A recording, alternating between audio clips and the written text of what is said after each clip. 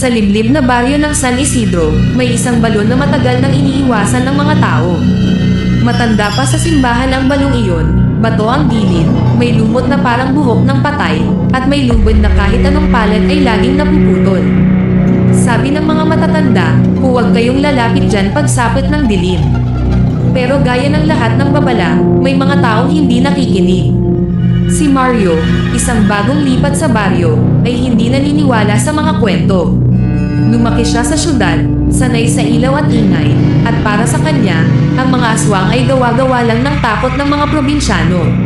Isang gabi, nawalan ng tubig ang kanilang bahay. Alas 11 na ng gabi, sarado na ang poso, at ang tanging mapagkukunan ay ang lumang balon. Bitbit ang timba at flashlight, naglakad si Mario patungo roon. Tahimik ang paligid, walang kuliglig, walang palaka. Maging ang hangin ay tila huminto. Paglapit niya sa balon, naamoy niya ang bulok na parang dugo at lupa. Imposible, bulong niya sa sarili. Sumilip siya sa loob. Walang tubig, kundi dilim, malalim, makapal, at parang may gumagalaw. Biglang may tumunog, parang may kuko na kumakaladkad sa bato. Umatras si Mario, pero huli na. Mula sa loob ng balon, may dalawang matang kumikislap na puti, kasunod ang isang mukha, mapatlang, basag-basag ang balat, at ang bibig ay punong-puno ng matatalim na ngipin na may tumutulong itim na laway. Isang kamay ang sumungaw, mahahaba ang kuko, may dugo sa ilalim. Isa pa, unti-unting umaakyat ang nilalang palabas ng balon. Isang aswang, mahaba ang buhok nito, gusot at basa na parang galing sa bangkay. Ang katawan ay payat pero malakas, at bawat galaw ay may kasamang tunog ng nababasag na buto. Napaatras si Mario, napatid, at bumagsak. Sinubukan niyang sumigaw, pero walang lumabas na tunog sa kanyang bibig. Ngumiti ang aswang. Ang tagal kong nagutom, paus nitong bulong, parang hangin na dumadaan sa libingan. Gumapang ito palabas ng balon, iniwan ang mga bakas ng dugo sa bato. Sa isang iglap, nasa harap na niya ito, ang mukha ay halos namaykit sa kanya.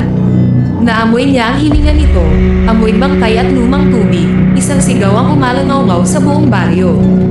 Kinabukasan, natagpuan ang timba ni Mario sa tabi ng balon. Wala ang kanyang katawan, wala ring bakas ng dugo, maliban sa mga kuko sa gilid ng balon, sariwa, parang kagagaling lang. Mula noon, mas lalo pang iniiwasan ang lugar. Pero tuwing gabi ng bagong buwan, may naririnig ang mga taga San Isidro. Isang boses mula sa balon. Tubig, tulong. At kung may lalapit, nadaragdagan na naman ang katahimikan ng baryo. Dahil ang aswang sa balon ay hindi umaalis. Naghihintay lang. Matapos ang pagkawala ni Mario, tuluyang pinasara ang daan patungo sa balon. Nilagyan ito ng bakod, may karatolang may pulang pintura. Huwag lalapit, may namatay dito. Pero ang problema, hindi patay si Mario. Tuwing gabi ng bagong buwan, mas lumalakas ang boses mula sa balon. Hindi na lang bulok, hindi na lang paos, tubig, tulong.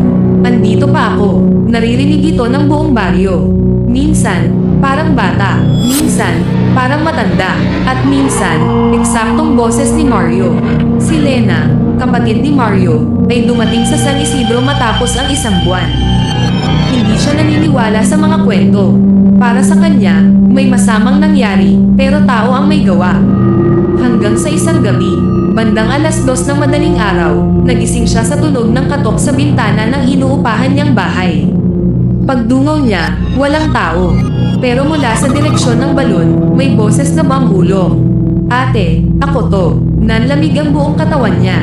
Boses ni Mario. Sa kabila ng takot, nagtungo si Lena sa balon kinabukasan. Kasama ang isang matandang albularyo ng baryo, nalaman niya ang katotohanan. Ang balon ay hindi lang tirahan ng aswang. Isa itong bitag. Ang sino mang mahulog sa loob, hindi agad pinapatay, pinapanatiling buhay, pinapahina, pinapakain ng takot, at kapag sapat na ang paghihirap, ang kaluluwa ay hinihiwalay sa katawan. Ang katawan, kinakain. Ang boses, ginagamit bilang pain.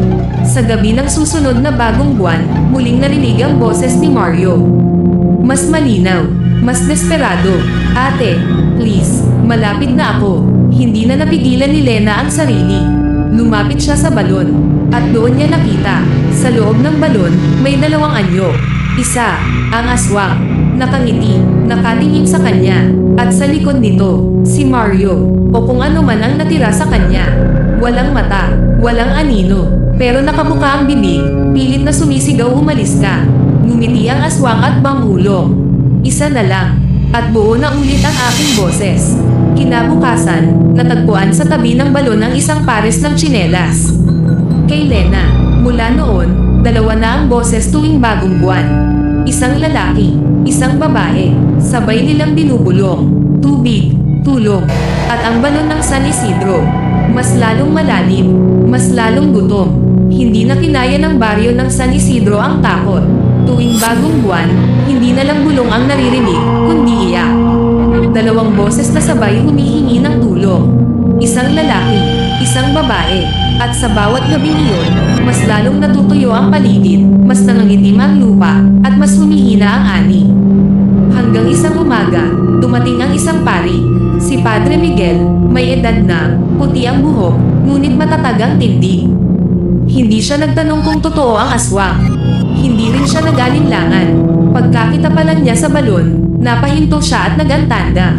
Hindi ito ordinaryong kasamaan, mahinang sabi niya. Pero matatapos ito ngayon. Pagsapit ng bagong buwan, nagtipon ang mga tao sa malayo. May dalang krus si Padre Miguel, banal na tubig, at dasal na nanginginig sa hangin. Habang inuusaw niya ang orasayon, biglang umitim ang paligid. Umiikot ang hangin, umuuga ang lupa, at mula sa balon, isang halakha, unti-unting lumabas ang aswang. Hindi na anino, hindi na kalahating anyo, buong buo, matangkad, payat ngunit makapangyarihan. Mahahaba ang kamay, ang mga kukoy parang bakal. Ang balat ay kulay abo, bitek-bitek, at ang mga matay apoy na galit. Ang bibig, punong-puno ng ngipin, ay ngumiti habang sinisigaw. Huli na kayo. Hindi umatras ang pari, itinaas niya ang krus at buong lakas na winika. Sa ngalan ng Diyos, lumayas ka.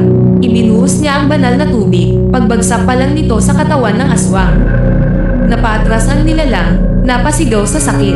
Ang balat nito ay nasunog, parang papel na tinumok ng apoy.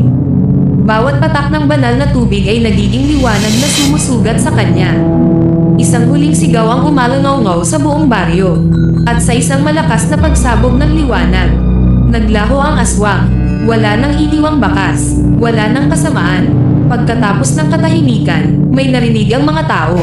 Tubig, hindi bulong, hindi iyak, kundi agos. Mula sa balon, bumalik ang malinaw, makulay, at masaganang tubig. Ang lupang tuyo ay muling nabuhay. Ang mga halaman ay muling namulaklak.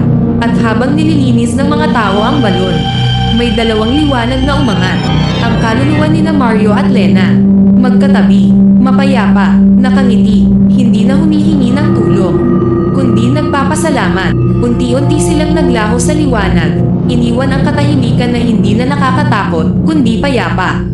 Mula noon, ang balon ng San Isidro ay naging pinagmumulan ng buhay, hindi ng kamatayan.